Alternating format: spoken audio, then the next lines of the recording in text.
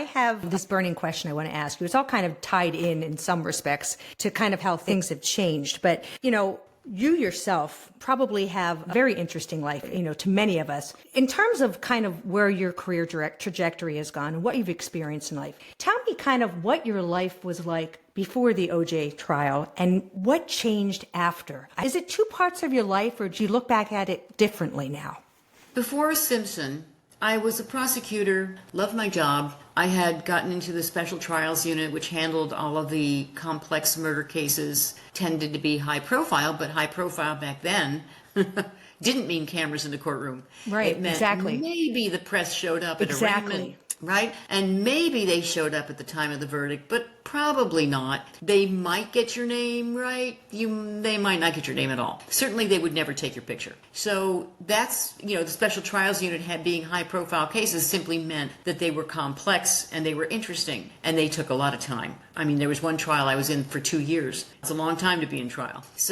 And that was my life, and I loved it. And there was no being recognized on the street. It was wonderful. Right. And then there was Simpson. And from very early on in the case, it became very clear this was a whole new world, something I'd never experienced before and never wanted to, and something that was really horrible for the pursuit of justice in a criminal trial, which was all of this attention from the media. Yeah. Very little of which was any good for the administration of justice, because it was naturally sensationalizing and therefore distorting of the truth. And witnesses came forward who really had nothing to say. Witnesses most likely hid from the cameras and who had something to say.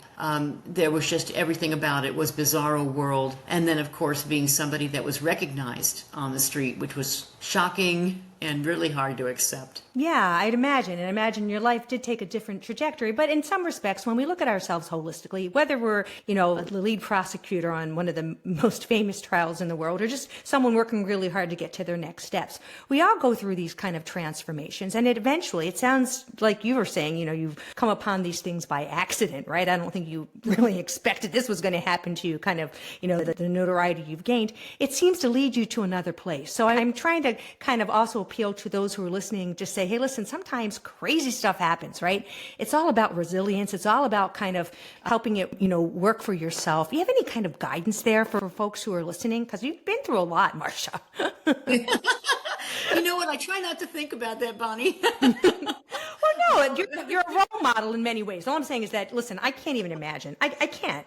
Having 2 small children, going through what you went through, having scrutiny, people looking, that's kind of got to be like, feeling like you're going to the grocery store with no clothes on all the time, right?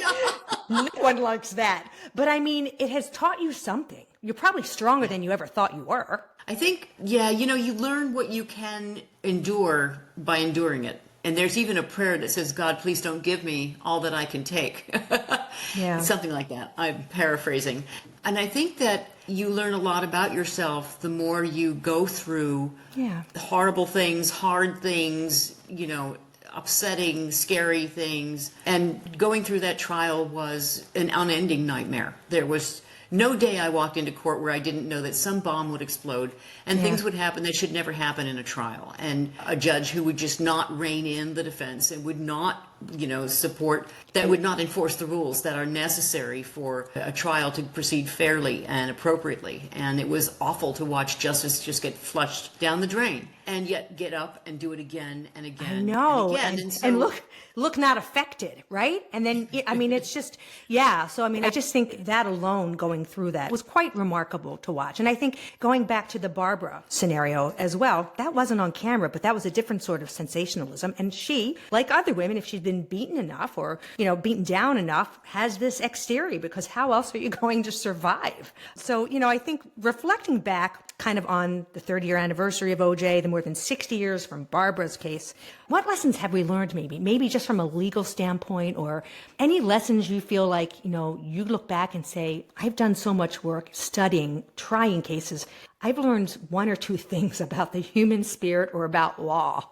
That's a very big question. Maybe we can narrow it down a little bit. As far as being resilient and kind of overcoming or dealing with the vagaries of life, some of which are good, most of which are not. It's really, to me, it's a matter of putting one foot in front of the other, but being willing to get up and try again and get up and try again, but also being open to other ways of doing things and other opportunities in your life. You know, life changes, things change for you in life, and what you have to do is roll with the punches and look for the opportunities. And I've always thought, you know, the way to live your life is to create choices for yourself as much as possible and do what you think you can't do. Like, what do they say? Trying is lying. I don't believe that's true. I think that sometimes you do have to try something, but you try with the idea in mind that you're going to do it, not just try with the idea that it doesn't matter. I'm not going to, you know, really give it any effort.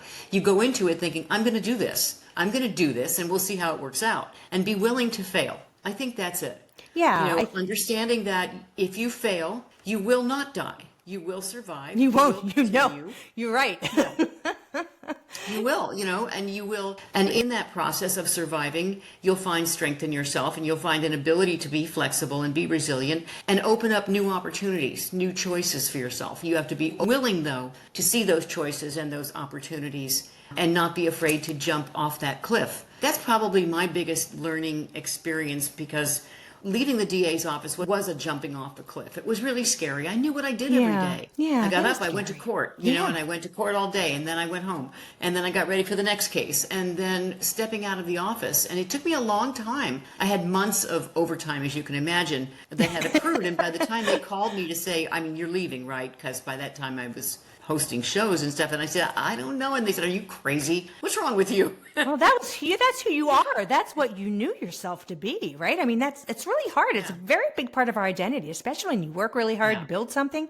I totally get it. And so one final question I want to ask you about the book. Why should people read it? What do you think, for the reasons that you wrote it, what do you think is the biggest takeaway they may get from reading about Barbara Graham? Biggest takeaway is the importance of justice and the importance of the truth. The importance of a trial appropriately tried, of everybody kind of following the rules that are so necessary to ensure that a defendant gets a fair trial, that the people get a fair trial. This goes for both sides, and that the truth will only come out if it's allowed to. So to understand that it's really important to protect these rules that we have, and that we are seeking justice constantly. The changes in the law that have occurred since her case have made trials more fair for both sides, has made it easier for the truth to be protected and to be presented to the jury, so the jury gets a chance to make the right decision. The importance of that, the importance of following the rules of law. I hope people come away with seeing how that's necessary. It's the foundation for our system of justice.